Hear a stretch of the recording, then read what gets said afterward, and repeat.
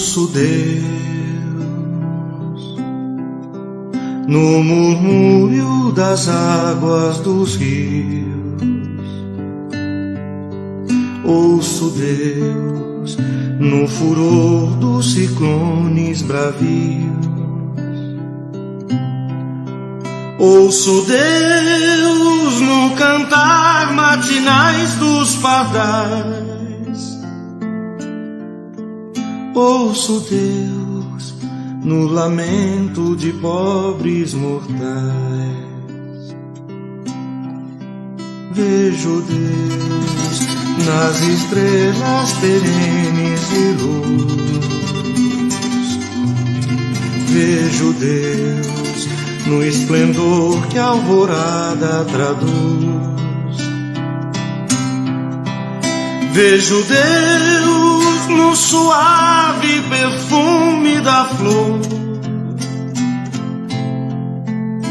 Vejo Deus no adeus companheiro da dor. Sinto Deus na saudade que evoca a lembrança. Sinto Deus no morrer de febris esperanças. Sinto Deus na tristeza de ver-te partir. Sinto Deus na tua volta, irmão, a sorrir. Ouço Deus no murmúrio das águas dos rios. Vejo Deus no furor de ciclones bravios. Sinto Deus no cantar matinais dos pardais. Ouço Deus no lamento de pobres mortais.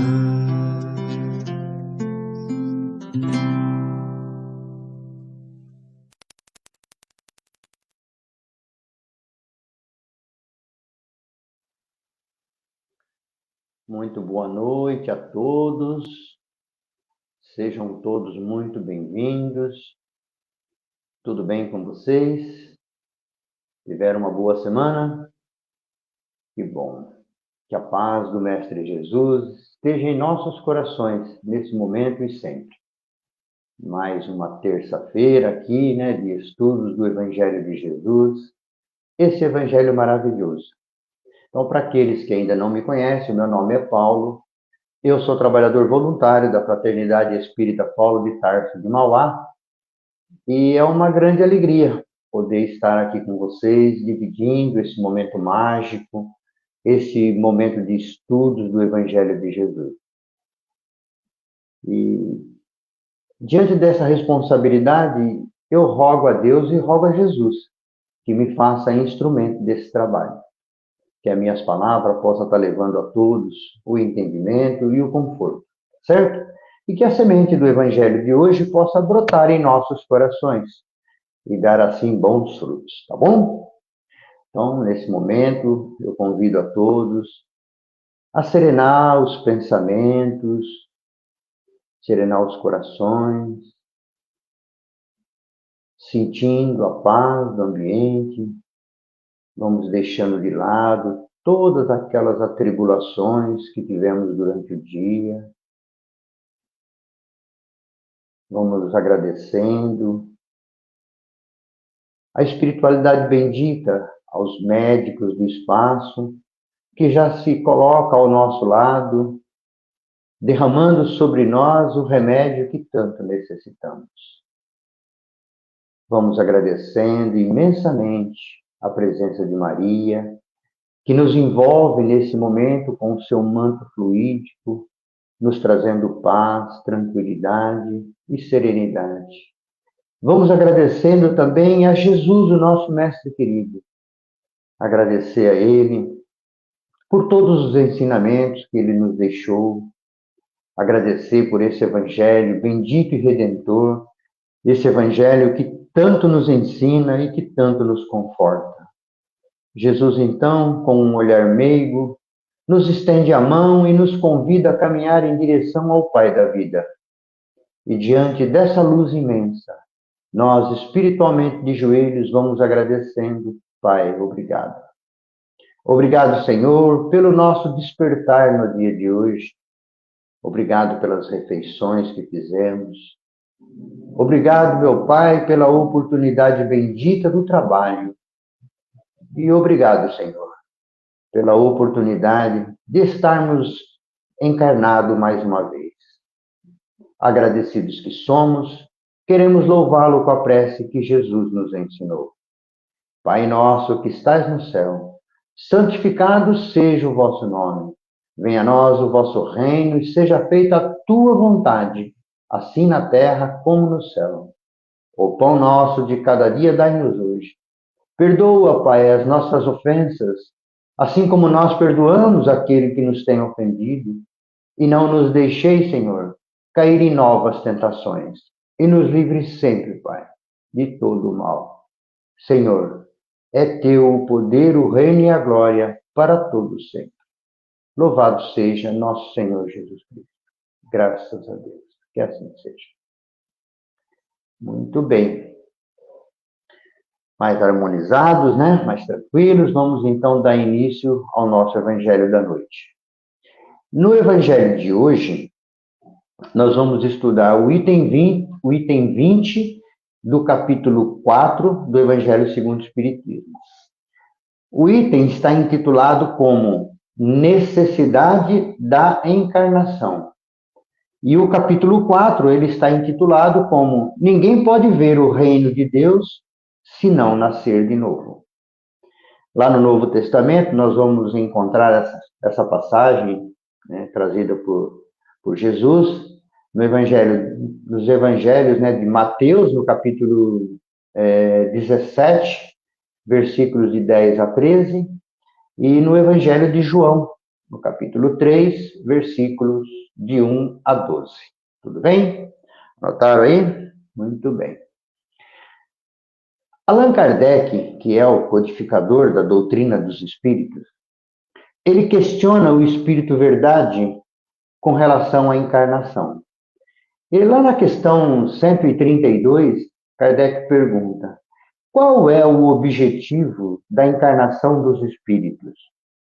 E o espírito verdade responde: Deus lhe concede a encarnação com o fim de fazê-los chegar à perfeição.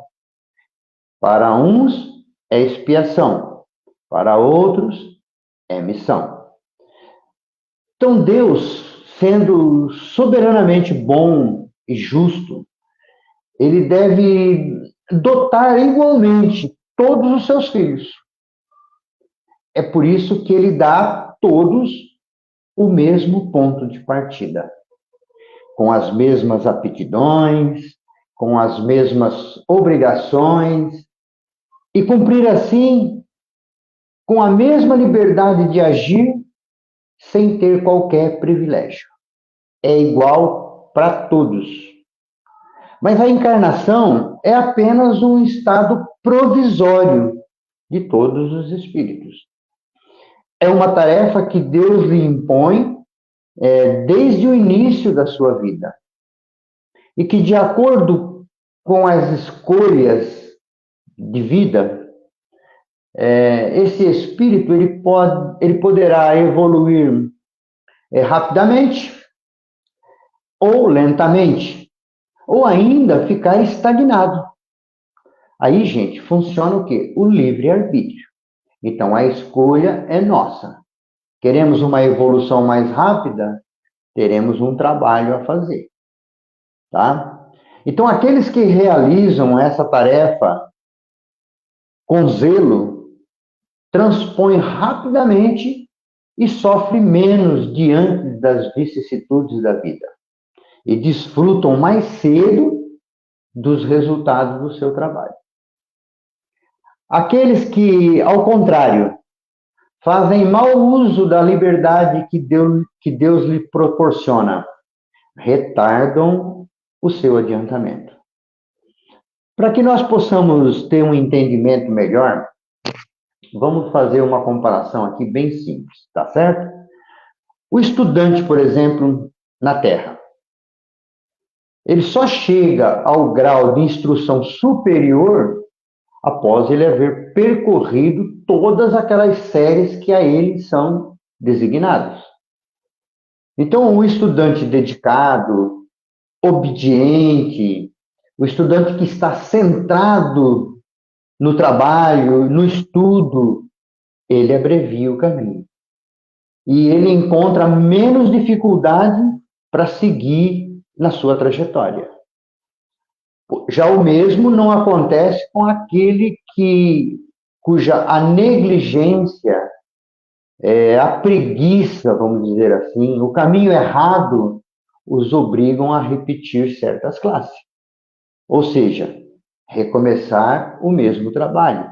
Então, ele vai repetir de ano e vai ter que iniciar aquele ano novamente, até ele aprender. Assim ocorre com o homem na Terra. Para o espírito, que ainda é ignorante, eu digo ignorante no sentido do saber, do conhecimento, ou seja, aquele que está no início da sua vida espiritual. A encarnação é um meio de desenvolver a sua inteligência. Então, através da encarnação, ele tem novas oportunidades para desenvolver essa inteligência. E Deus, gente, na sua bondade, na sua justiça e na sua misericórdia, ele nos permite a cada encarnação a oportunidade da continuidade do nosso processo evolutivo. O evangelista João, ele deixa grafado lá no seu evangelho um diálogo de Jesus com um senador judeu, né? E tinha por nome Nicodemos, onde Jesus vem a dizer a ele, né, sobre uma pergunta que ele faz a Jesus: ninguém poderá ver o reino de Deus se não nascer de novo. Ou seja, ninguém poderá alcançar o reino de Deus sem o processo reencarnatório, sem uma nova vida. Tá? Então, com essas palavras de Jesus, ele deixa muito claro que o processo reencarnatório é certo. E Deus, como Pai que é, nos dá, através das reencarnações, estas novas oportunidades. Essa oportunidade de poder voltar e prosseguir na nossa evolução espiritual. De maneira que nós não lembremos dos erros que nós cometemos no passado. E percorrer essa jornada evolutiva sem as lembranças do passado é fundamental para que nós possamos fazer o cumprimento dessa caminhada nesta encarnação.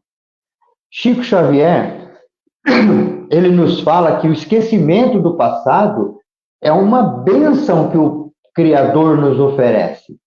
Ele nos fala que o esquecimento do passado é como se fosse uma anestesia para que nós pudéssemos suportar as cirurgias, as dores, né, das cirurgias da vida.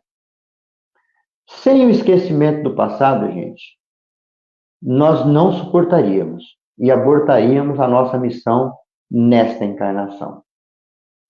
E Allan Kardec, ele com o intuito de sempre nos trazer esclarecimento, ele questiona a espiritualidade a esse respeito.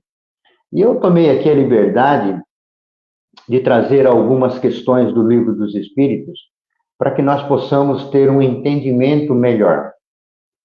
E lá na questão 166, Allan Kardec pergunta à espiritualidade: como pode a alma que não alcançou a perfeição durante a sua vida corpórea acabar de depurar-se? E os benfeitores espirituais respondem: sofrendo a prova de uma nova existência. Ou seja, como Jesus disse, nascer de novo. Muito bem? Na questão 167, o codificador volta a perguntar: qual é o fim objetivado com a reencarnação? Os benfeitores voltam a explicar: expiação, melhoramento progressivo da humanidade. Sem isso, não haveria justiça. E Kardec continua. Na questão 168, ele pergunta: é limitado o número das existências corporais? Ou o espírito reencarna perpetuamente? E os benfeitores voltam a responder: a cada nova existência, o espírito dá um passo à frente na senda do progresso. Desde que se ache limpo de todas as impurezas, não tem mais necessidade das provas na vida corporal. Na questão 170, Kardec pergunta: o que fica sendo o espírito depois da sua última encarnação? E o Espírito Verdade responde: espírito bem-aventurado, espírito feliz, espírito puro. Então, gente, a nossa jornada, ela é longa e dura. Não é fácil, não. Mas o caminho a ser seguido nessa jornada está em Jesus, que é o nosso modelo, é o nosso guia. É ele que nos dá a diretriz. Então, se nós criarmos o hábito de estudar o Evangelho de Jesus, nós vamos ter todo o aprendizado que necessitamos para uma jornada com grandes evoluções espirituais. Para nós finalizarmos o Evangelho de hoje, eu vou trazer uma mensagem de Emmanuel, onde ele fala assim: cada encarnação é como se fosse um atalho nas estradas da ascensão. Por esse motivo, o ser humano deve amar a sua existência de luta e de amarguras que são temporárias. Olha que legal a mensagem que Emmanuel nos traz, tá? E ele fala, né? Porquanto significa uma bênção divina, quase um perdão de Deus. Que maravilha, né, gente? Então, que nós possamos refletir sobre esse momento encarnado, sobre essa nossa encarnação atual, essa encarnação que passa muito rápido, gente, e aproveitar nela o máximo. Esse tempo que nos foi concedido pelo Pai, ele é precioso. Pode ter certeza, a fila esperando uma nova reencarnação é muito grande. Então, que nós possamos ser dedicados aqui e tentar trabalhar nesta encarnação da melhor forma, para que nós possamos crescer espiritualmente a maior possibilidade de chances. Crescer o quanto mais nós pudermos. Tá certo? Então vamos refletir sobre essa encarnação nossa. Gente, nós não estamos aqui para passear, não. Nós estamos aqui para evoluir, para crescer espiritualmente. Essa é a nossa função aqui. E nós viemos aqui buscar grandes aprendizados, como, por exemplo, o mais importante, aprender a amar. Jesus, ele disse: amai-vos uns aos outros como irmãos. Esse é o objetivo. Tá certo?